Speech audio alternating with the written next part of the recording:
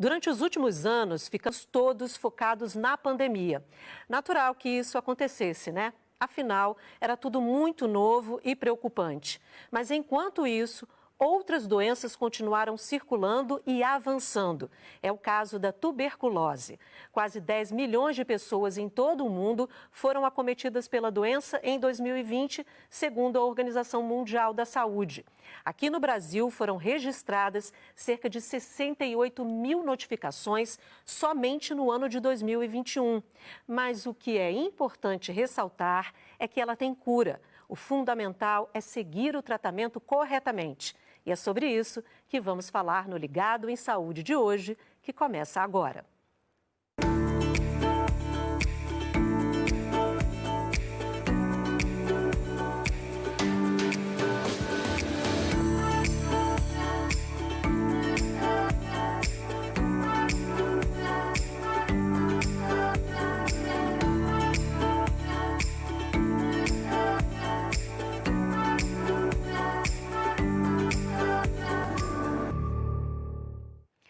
Para conversar sobre o aumento da tuberculose no Brasil, convidamos Valéria Rola, infectologista, chefe de um laboratório de pesquisa clínica em micobacteriose, do Instituto Nacional de Infectologia Evandro Chagas, da Fiocruz. Valéria, muito obrigada por participar do Ligado de hoje, é um prazer recebê-la aqui. Muito obrigada. Eu também estou muito feliz em poder participar, porque a tuberculose é a minha paixão. Você estuda há muitos anos esse tema, né? O que explica, Valéria, esse índice tão alto ainda no Brasil? Então, você está falando de índice alto, mas, na verdade, se a gente olhar os dados de 2019, a gente teve 90 mil casos de tuberculose no Brasil. Então, a gente ainda está sofrendo uma subnotificação de casos que provavelmente, né, e todo mundo sabe que isso aconteceu porque o pessoal que fazia os testes nas pessoas com tuberculose foi desviado para fazer teste de Covid. Então, a gente passou a ter, na verdade, não foi uma subnotificação de casos, é uma falta de testagem mesmo. Quem está testado foi notificado. Mas a notificação não deve ser de todos os casos, porque ainda tem alguns casos que estão perdidos. E esses casos perdidos, se foram casos de tuberculose pulmonar, eles continuam transmitindo para as outras pessoas. E os isolamentos, eles foram feitos dentro dos domicílios. Mas quando você chega dentro do seu domicílio, você guarda a sua máscara. E a transmissão da tuberculose é intradomiciliar, né? Que é a transmissão mais importante. A gente vai explicar mais aprofundadamente, né, essa transmissão, mas antes queria falar com você dos sintomas, né? Quais são os principais sintomas? A gente trouxe aqui uma tela com alguns desses sintomas, os sintomas básicos que muita gente já ouviu falar, como tosse, secreção, que é o catarro, né? Febre, suor noturno, dor no peito, emagrecimento e cansaço. Esses são os principais ou tem outros aí, tem algo mais aí para ser observado? A maior parte dos casos de tuberculose são de tuberculose pulmonar. E esses são os sinais clássicos, né, e sintomas clássicos da tuberculose pulmonar. Mas a tuberculose pode ser extrapulmonar. E ela pode acontecer em qualquer parte do corpo. E isso, em geral, as pessoas não sabem. Então, dependendo do local que ela acomete, vai ter um outro sintoma. Uma forma extrapulmonar muito frequente, por exemplo, é dos linfonodos, que a gente chama assim de íngua, né? Nasce aquele caroço aqui, então você pode ter emagrecimento, pode ter, mas não vai ter tosse, porque não é pulmonar, né? Então, a tosse, a secreção, o cansaço é, em geral, relacionado à forma pulmonar da tuberculose, mas pode ter tuberculose na meninge, nos ossos, nos rins, no fígado, no baço. Então, realmente, até no aparelho reprodutor feminino, pode ter tuberculose. É uma das causas de infertilidade, por exemplo, né? E aí, algum daqueles outros sintomas ali poderia estar associado nessas outras formas em que a tuberculose aparece? Por exemplo, quem tem uma tuberculose, como você apontou, no linfonodo, ela pode ter febre, Sim. Ela também pode emagrecer, também são sinais que ela deve ali ficar Então, atenta? tem os sinais que a gente chama de sinais gerais, né? Que são a febre, a perda ponderal e um cansaço que não necessariamente é um cansaço pela forma pulmonar, mas é Assim, a pessoa doente que tem febre, em geral, ela se sente cansada. Ela tem vontade de deitar na cama, não é? Então, a gente só tem que entender que a maioria dos casos é realmente tuberculose pulmonar. Então, são esses aí. Né? E a gente costuma dizer, tosse por mais de 3 semanas, você deve procurar uma clínica para você se testar. Porque já não é mais um resfriado, uma gripe, né? Já passou do tempo. Então, a gente recomenda que a pessoa vá se testar. O teste é gratuito, é feito em todas as clínicas da família ou unidades básicas de saúde. E eu gosto de dizer que o tratamento da tuberculose, ele é todo feito através do SUS. E aí, muita gente se pergunta, mas o que causa a tuberculose, né? Qual é o causador da tuberculose? É uma bactéria, é um vírus? Há muita confusão nesse sentido, né? Para o leigo, né? Para a pessoa que está vendo a gente, muitas vezes não tem contato com esse assunto, mas muitas vezes pode se perguntar, né?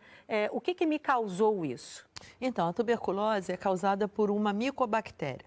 É uma bactéria. Então, é uma bactéria diferente, por exemplo, da bactéria da pneumonia.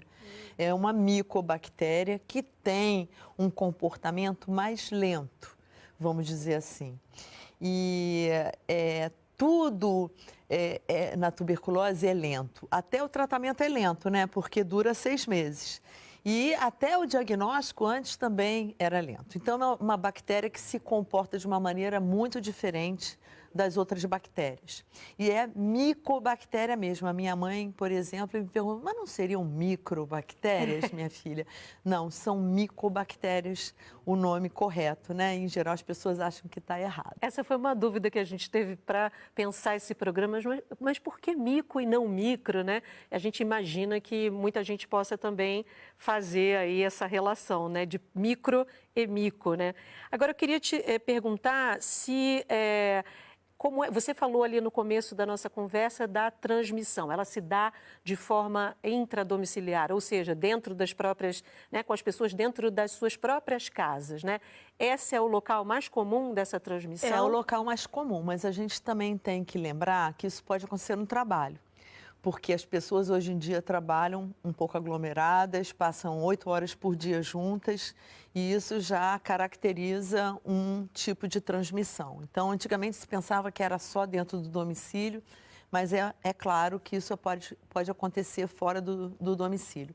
Mas é preciso de mais coisas também, além de você ter um contato próximo, né?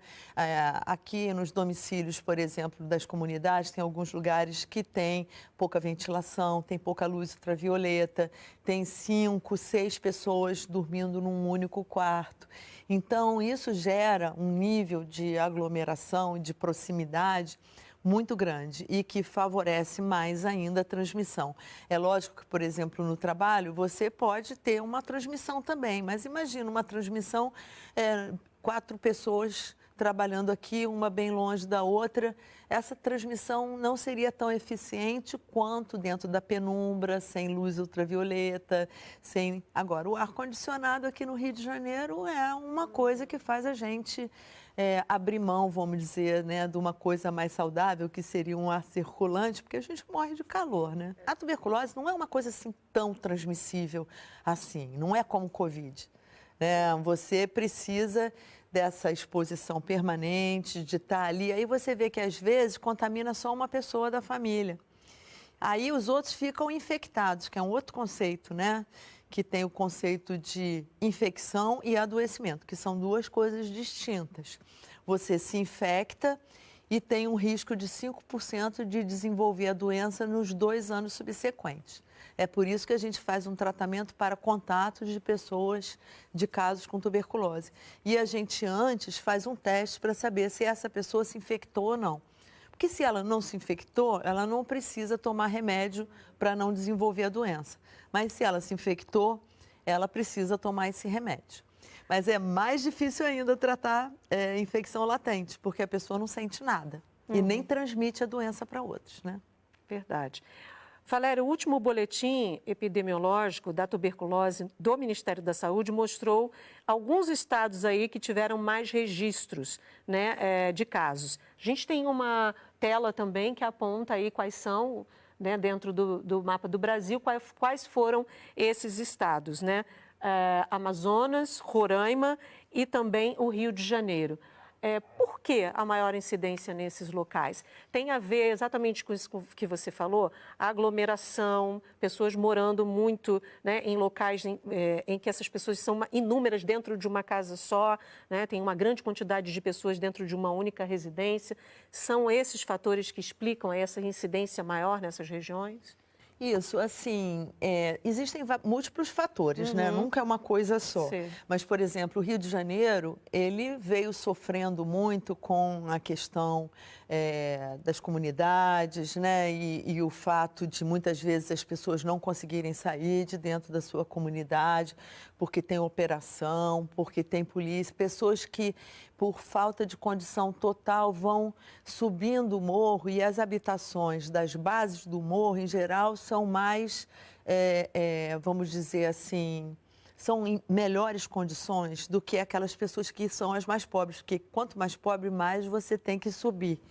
E isso vai gerando uma condição de favorecimento para a transmissão da tuberculose nessas localizações. Então, a gente vê, por exemplo, que nas comunidades do Rio de Janeiro, você tem uma incidência de tuberculose totalmente diferente de outros bairros. Por exemplo, se você vai à Barra da Tijuca, que é um bairro extremamente ventilado, com moradias bem separadas, quase não tem casos de tuberculose. Então, o que você tem são ilhas, que no final geram os dados que são computados como sendo os dados do município do Rio de Janeiro, por exemplo, que o município do Rio de Janeiro é um município que disputa com o município de Manaus a liderança do maior número de casos, né?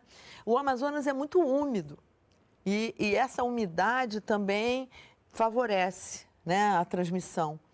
E aí você me pergunta assim, né, mas tem outros locais no Brasil que também tem comunidades, que também tem aglomeração, que também tem uma situação, vamos dizer, da população que é muito parecida. E por que nesses locais, então, não tem?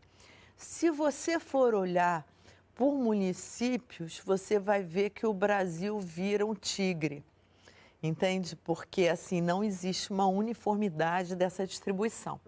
Mas quando você termina juntando os dados nos municípios, o Rio de Janeiro e Manaus sempre foram as cidades com maior prevalência. Agora, os outros estão começando a chegar também, né? Porque provavelmente com essa baixa, uma baixa testagem, né? Isso vai resultar num maior número de casos. Eu quero ver o ano de 2022, que a gente já voltou mais ou menos a uma vida normal, como é que o número de casos vai se apresentar. Tá certo. Bom, depois do intervalo, a gente vai falar sobre o tratamento da tuberculose. Continue aqui no Ligado em Saúde. Todos os especialistas são enfáticos quando falam sobre o tratamento da tuberculose.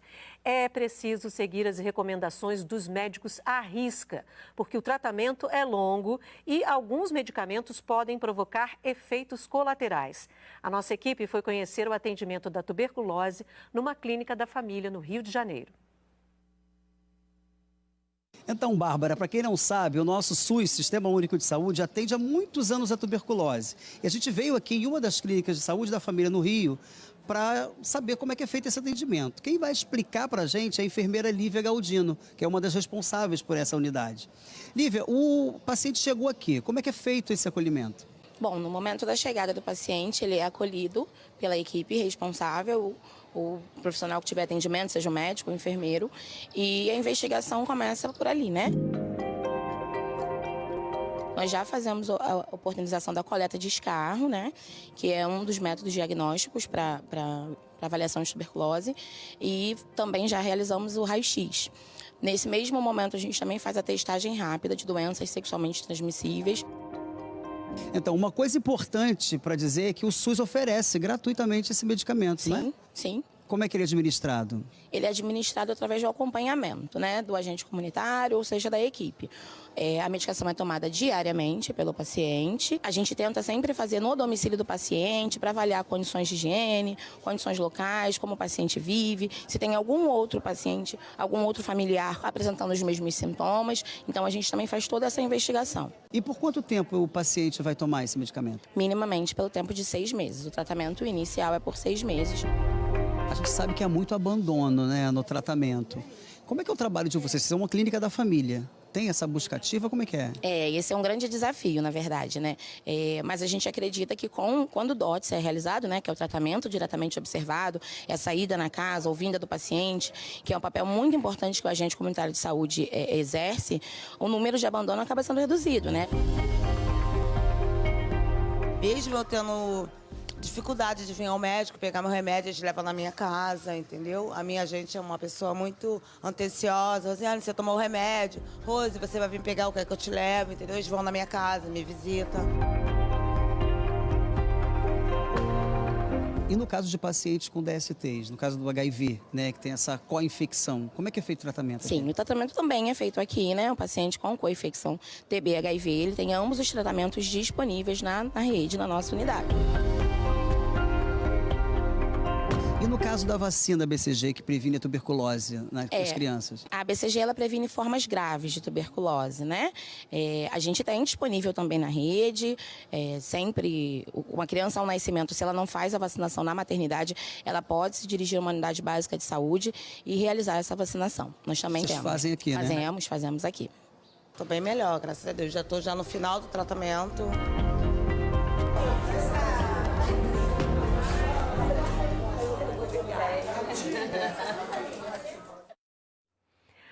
Valéria, a reportagem trouxe alguns pontos para a gente debater aqui, né, para a gente se aprofundar. Um deles é a questão do abandono. O que acontece nesse processo do abandono? A pessoa se sente um pouco melhor e acha que já pode abrir mão dos medicamentos? Este é um fator aí para que isso aconteça? Olha, os fatores são múltiplos, Também, né? Mas recentemente eu fiz um estudo mostrando que a perda de segmento, né, que é essa perda de acompanhamento da pessoa, ela pode se dar por diversos fatores, mas a maioria são fatores comportamentais, né? Então, são usuários de droga, pessoas que bebem bastante, ou mesmo pouco, são fumantes, são pessoas do sexo masculino. E isso acontece, você sabe que eu fui líder de um estudo aqui no Brasil que foi feito no Rio de Janeiro, em Manaus e na Bahia, em Salvador. E a gente fez o acompanhamento de mais de 1.000 pacientes com diagnóstico de tuberculose. Nós tivemos 15% de perda de segmento. Isso que a gente tem enfermeiras que vão atrás da pessoa que liga para lembrar. No final, eles bloqueiam a gente, não atendem mais o telefone. E a gente não consegue entender o motivo. Também já fiz vários estudos qualitativos para compreender melhor por que a pessoa não termina.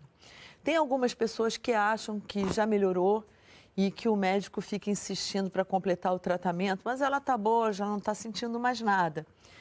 Outros que acham que beber interfere com o remédio, então resolve que não vai mais tomar o remédio porque não consegue viver sem beber. Outras pessoas que são realmente usuários de drogas de noite, aí acorda, não lembra de tomar o remédio.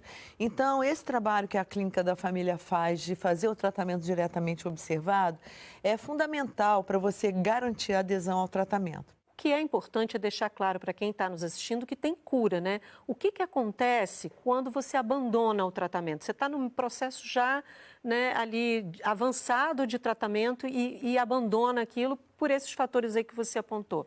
O que pode acontecer com esse paciente? Então, várias coisas podem acontecer.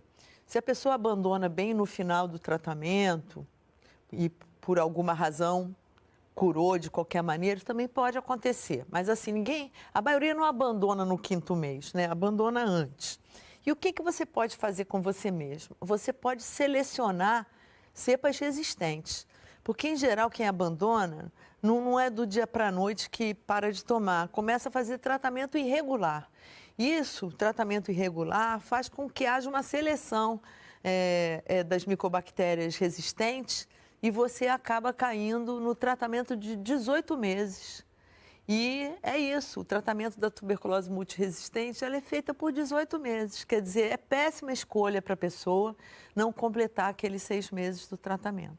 E o tratamento consiste em medicamentos? Em 4 medicamentos que são oferecidos todos no mesmo comprimido. E para uma pessoa que pesa 60 quilos, a dose é de 4 comprimidos pela manhã. É isso, você acorda, toma os seus 4 comprimidos e pronto, acabou. E segue a vida, né? Agora, a Fiocruz fez uma parceria com pesquisadores indianos para criar um novo teste, né? Para a adoção de um novo teste de detecção da tuberculose. Como é que esse teste também pode agilizar esse processo aí? Olha, se você está falando do TruNet, o TruNet é quase que uma cópia do que a gente tem aqui no Brasil chamado de Nexpert, que é uma máquina que foi usada inclusive para fazer diagnóstico de Covid. Então, o Ginexpert é uma plataforma que faz testes para doenças sexualmente transmissíveis, tipo hepatite B, C, sífilis, enfim. E faz também o teste rápido molecular para tuberculose, que se chama Expert Ultra. E o TruNet é uma máquina similar, que eles desenvolveram para a Índia, porque com 1 bilhão e 400 milhões de pessoas era preciso ter uma máquina que fosse nacional, com um custo bem mais barato, para eles poderem testar em larga escala. Então, foi muito bom eles desenvolverem essa máquina. Essa máquina está sendo testada aqui no Brasil, eu acho até que o teste já terminou, pelo Dr. Afrânio Kritzky, da UFRJ. E é mais uma tecnologia, eu acho que quanto mais melhor, né? Quanto mais a gente tem opções e que a gente possa escolher o que melhor se adapta no cenário que a gente quer colocar o teste, né? Eu sou totalmente viciada no Expert Ultra, porque primeiro eles dão um diagnóstico em poucos minutos. E segundo, ele diz também se a sua micobactéria é resistente para a rifampicina, que é o grande marcador de multiresistência. Então, ao invés de você fazer um tratamento errado durante 6 meses para a pessoa chegar no final e não responder ao tratamento e falhar, você já conserta logo no início. Já começa com o tratamento adequado para a sua micobactéria resistente. Né?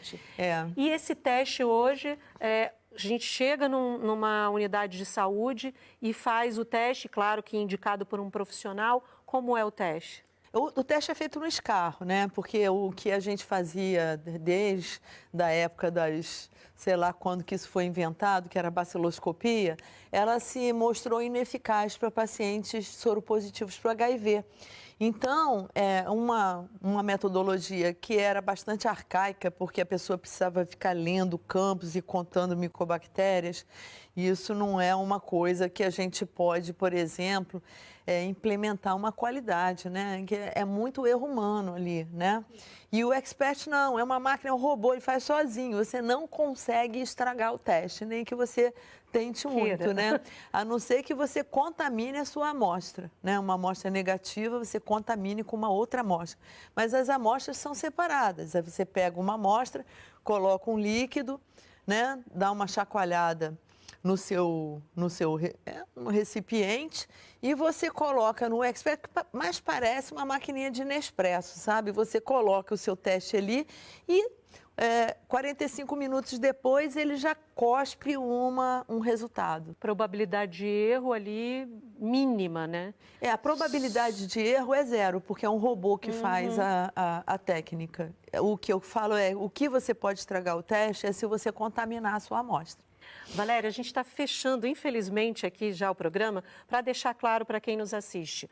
O tratamento permite a cura. Além desse tratamento, tem outras coisas, aí, outros componentes que podem ajudar. Ficar em ambiente arejado, tentar ter ao máximo uma alimentação adequada, é por aí, né? Isso, e é o que a gente vê por aí, é que essa alimentação adequada é que, infelizmente, a população brasileira não consegue fazer por si próprio, que é uma coisa muito ruim, né? E por que a tuberculose acaba dando nessas pessoas e sendo mais complicadas também? Porque tem muita comorbidade, né? Hipertensão, diabetes, obesidade, e outros. Dentro das suas possibilidades, tentar ao máximo aí ver como é que essa alimentação pode te ajudar nessa cura, né? Evitando talvez ultraprocessados, indo para uma alimentação mais natural, as verduras, os legumes possíveis. Os frescos, né, gente? Os frescos, né? São os mais baratos e são os melhores para a saúde. E não comprem coisas com plástico, né? Vamos descascar. É verdade. Ao invés de abrir potinhos. Comida né? boa é aquela que a gente descasca, não aquela que a gente abre o pacote. Não é bem por aí, Exatamente. né? Tratamento é possível, gratuito pelo SUS para qualquer pessoa que queira e que precise desse tratamento, né? Vamos deixar Exatamente. bem claro isso aqui, que não há outra possibilidade senão via SUS, né? Exatamente. E você pode se tratar próximo à sua casa. Toda casa é próxima de alguma clínica da família ou uma unidade básica de saúde. Valéria, muito obrigada, viu, pela sua participação. Acho que esclareceu bastante, tiramos muitas dúvidas em relação a esse tema que é tão importante, né? Bom, o Ligado em Saúde de hoje fica por aqui, mas você pode rever este e outros programas no site do Canal Saúde e no canal da emissora no YouTube. Se quiser falar com a nossa equipe, mande mensagem para o nosso WhatsApp pelo número 99701-8122. E para continuar ligado na gente, acompanhe o Canal Saúde nas redes sociais. Eu te encontro no próximo programa. Até lá!